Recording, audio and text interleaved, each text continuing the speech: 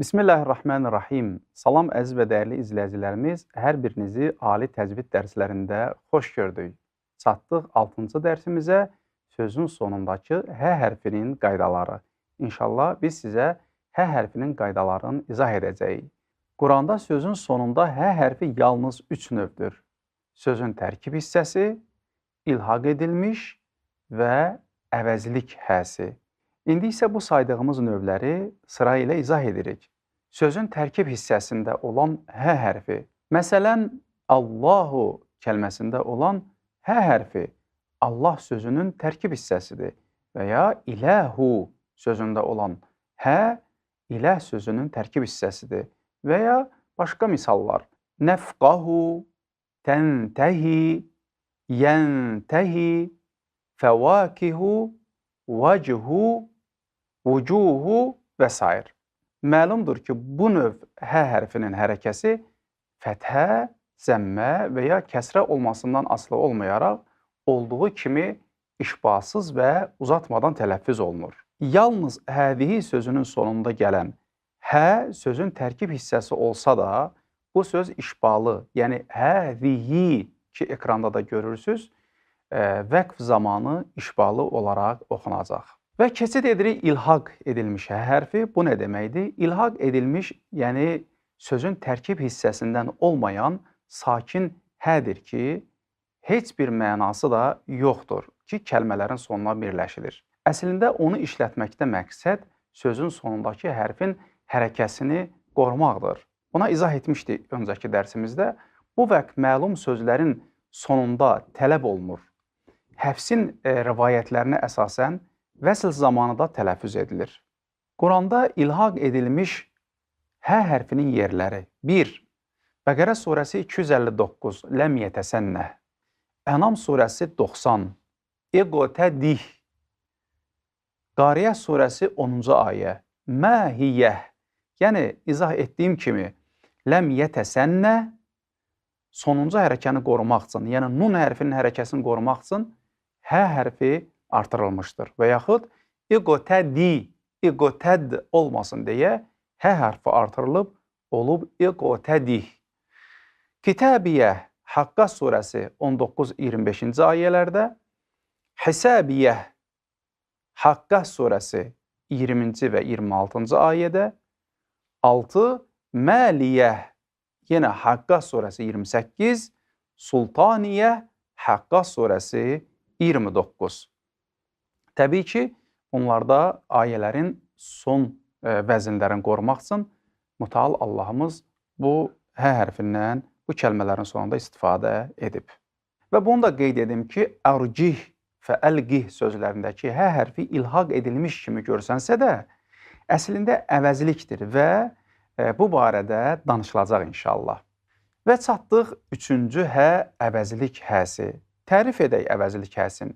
3-cü şəxsin təkini, yəni o mənasını bildirən hə əvəzliyi sözün sonunda gəlir.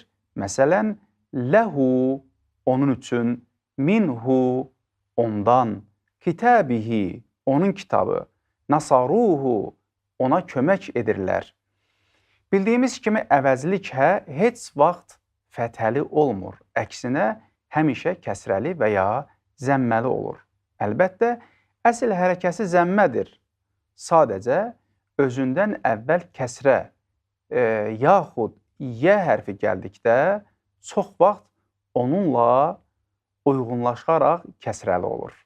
Və əvəzliyin istisnası Quran-ı Kərimdə 2 yerdə ondan əvvəl yə hərfi gəlsə də, öz hərəkəsi olan zəmməni qoruyub saxlayıb. Aleyhullah kəlməsi və ənsənihu kəlməsi. Baxmayaraq, burada aleyhi və ya ənsənihi olmalıdır. Burada hu, yəni zəmmə u olaraq gəlib. Çatdıq əvəzlik hənin bəzən işbalı və bəzən də işbasız formasına. İşbanın mənasını birinci bilmək lazımdır. İşba doyurmaq deməkdir.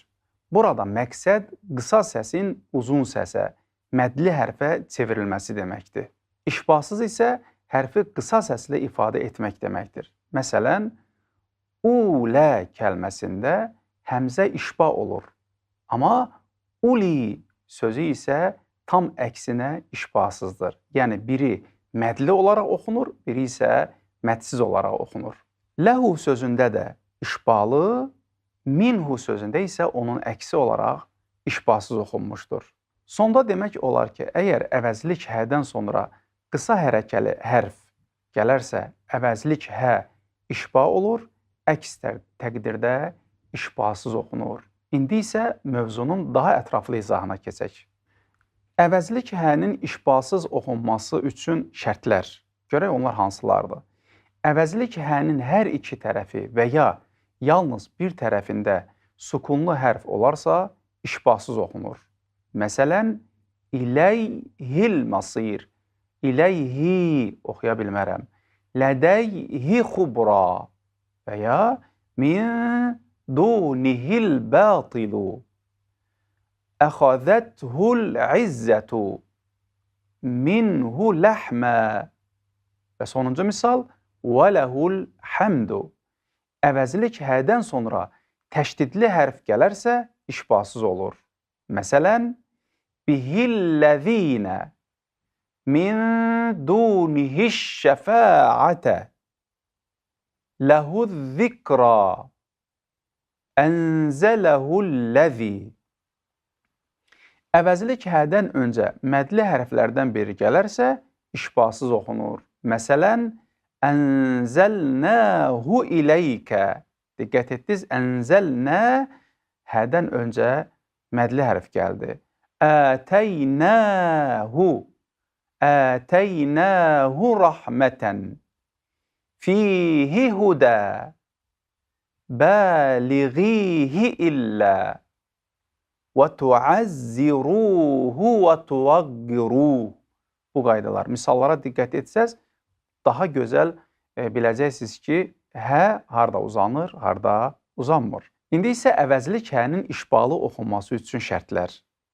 Əgər əvəzlik hənin hər iki tərəfində hərəkəli hərflərdən olarsa, işbalı oxunur. Belə ki, kəsrəli olduqda mədli yə ilə, fəthə və zəmməli olduğu halda mədli vav ilə oxunacaq. Misallara diqqət edək.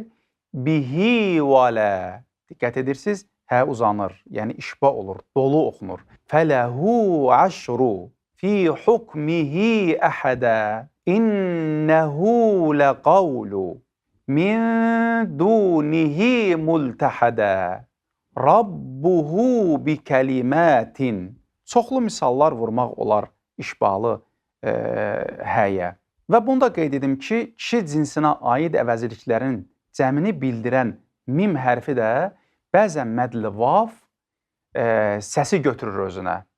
Digər qiraətlərdə müəyyən şərtlər daxilində yerinə yetirilir. Bu, Vərşin rivayətində Qalının qiraətinə əsasən daha çox oxunur.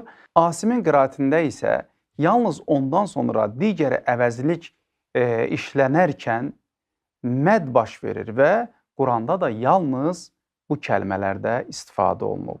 Qatəltum, qatəltumuhum, ənzəltum, ənzəltumuhum və s.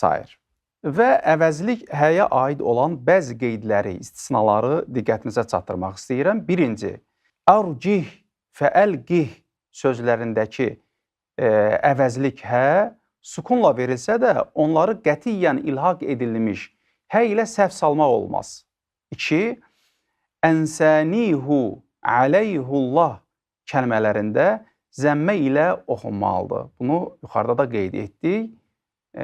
Kəsrə ilə oxunmamalıdır. Üçüncüsü, və yaxlud fihi muhənə.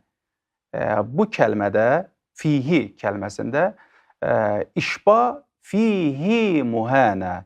Yəni, baxmayaraq ki, zəmir hədən öncə mədli işarə gəlsə də, orada fihi muhənə olacaq. İstisnadır, yəni işbalı oxunacaq.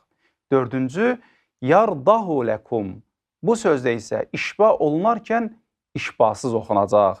Bu da hənin istisna olan yerləridir. Bəli, dəyərli izləyicilərimiz və təcvid həvəskarları çatdıq dərsimizin sonuna. Gələn dərslərimizdə görüşmək ümidi ilə Vəssalamu aleykum və rəhmətullahi və bərəkatuhu.